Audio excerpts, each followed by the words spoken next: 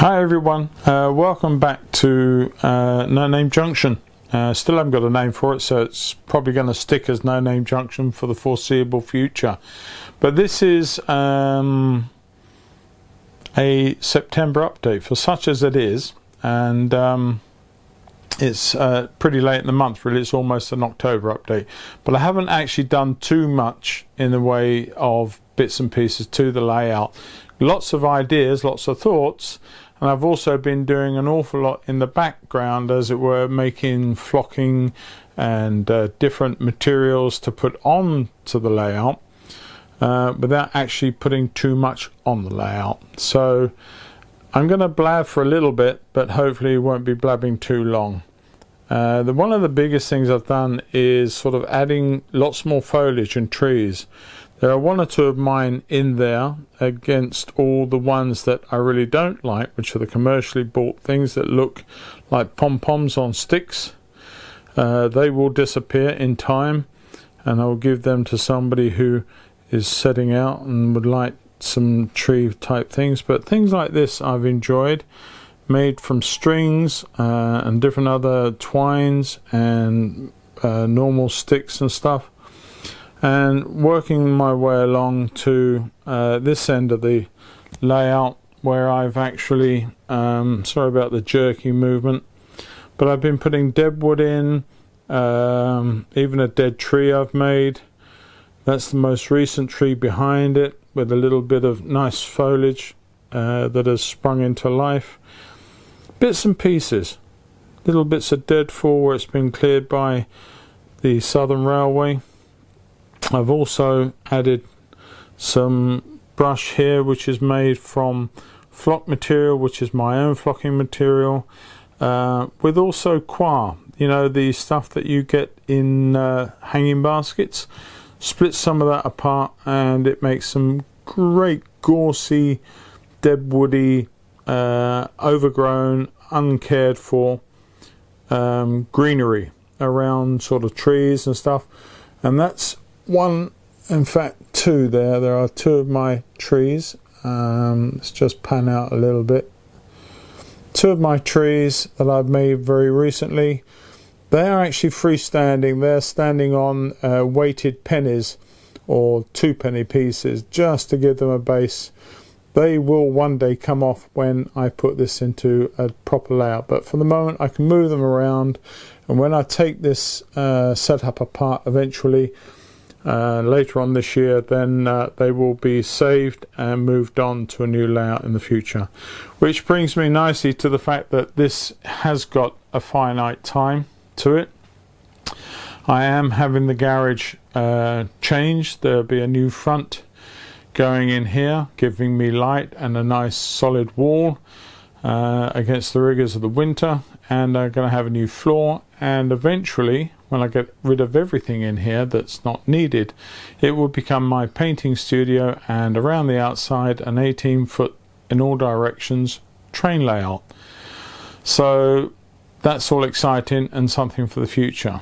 I've put some of my trains, my locos, out on the shed and around the turntable as room allows, just to get them off the wall display and able to be played around with my ADM turntable as and when I get the chance.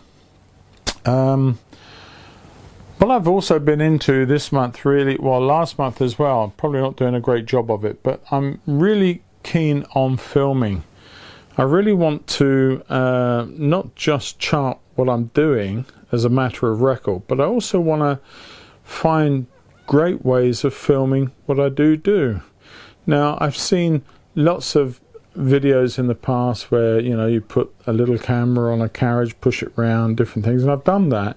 I want to do it better, and as time goes I will get it better. But there are a couple of people out there that have done really cracking jobs. There's a guy called Michael Smith who's got, I think it's called Lakeside Model Railway, and I think he's actually got a 2-piece in Hornby magazines coming up at the end of the year. But what a cracking layout he's got, and he does some fantastic filming opportunities. So I've enjoyed watching those and learning from that, and congratulations to him for doing a remarkable job. But also somebody else, I don't know the man's name, but he has one called Northeastern Model Railway. He's done over 400 videos, and he does it in a letterbox or extreme letterbox configuration. How he films that way, I don't know, because the native filming is 16.9 on most cameras, and including the cell phones and pads. So I'm just wondering what he's using, or how he's restricting that, or how he's altering the filming configurations either in the camera or indeed on whatever system he uses to edit the films. But if anyone knows the answer to that, I looked up on one of his videos, I think it's something like 1280 by 720 configuration, so it's extreme letterbox, very cinematographic, and it really works very nicely. So if anyone knows any answers, please put them in the comments box, because I'd love to know how that's done, because I'd like to try it myself. And the only way to do better is to learn. So yeah, that's great. Anyway, enough of that. Enough.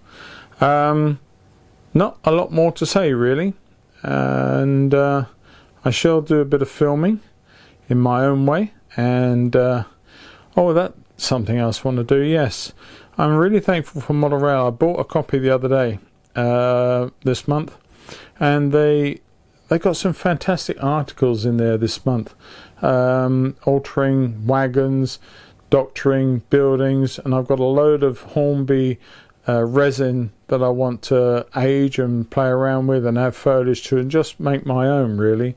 But also I want to make my own platforms. I did have a situation on here when I set it out that one platform I put in just didn't go in, so trains could not get down either side of it, and they've got a bit in there using mount board and to make platforms. And as I'm an artist and framer, I got a great opportunity, because I have so many offcuts of mount card, mount board, backing board, all sorts of board, you name it, I've got it. So I can play around with that and have some fun. So that I do intend to do, and maybe I can fashion something for next month's update that may look like a platform, or it may not. We'll see. Anyway, enough for now. I'm going to end up by having a little running session and filming it, seeing what it looks like with the GoPro, going around with this new bits of scenery everywhere. And please, if you've got any comments, any advisories, help me out with a bit of information here or a tip to do something else. I'm so keen to learn. So leave it in the comments box. But moreover, please, please, please subscribe to my channel.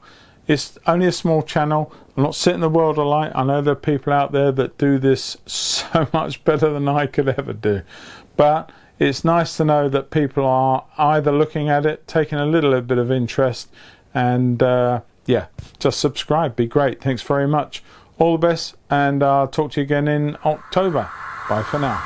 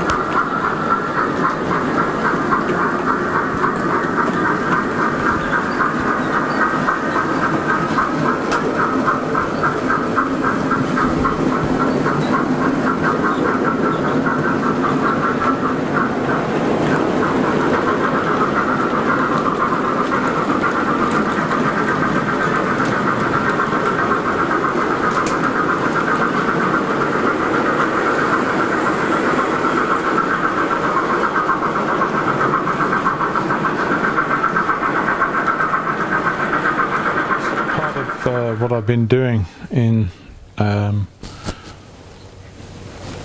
this month. I have been building a few trees, and I've also been making some little grass tufts. If I get this is just a cheap PVA, but I've been making some of this. Little grass tufts, different shapes, different sizes, from small bits to long bits. We'll do a little video at some point on how I've done them, but I just felt it'd be quite nice to put a few out.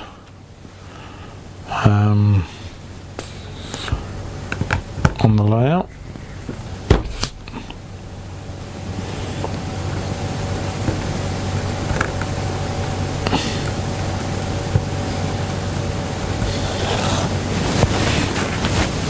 Just some different bits and pieces. I have already put quite a few out, but it's just nice to sort of see some of these shapes. I don't think that one's working too well, so we'll take that one off for the moment and put something back in its stead, which is probably a little bit better for the job. There you go.